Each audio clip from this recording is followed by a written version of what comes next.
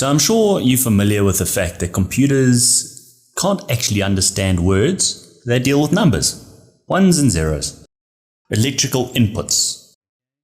And programs stored on the computer are stored as sequences of binary numbers. And these numbers represent instructions. And we already know instructions are commands. Same thing. And these raw numbers, this raw state of instructions is known as machine code. And this is true for all programming languages. So the question is, and I kind of alluded to it last lectures, why don't we all just write machine code? Well, for a few reasons. One, it's just about impossible.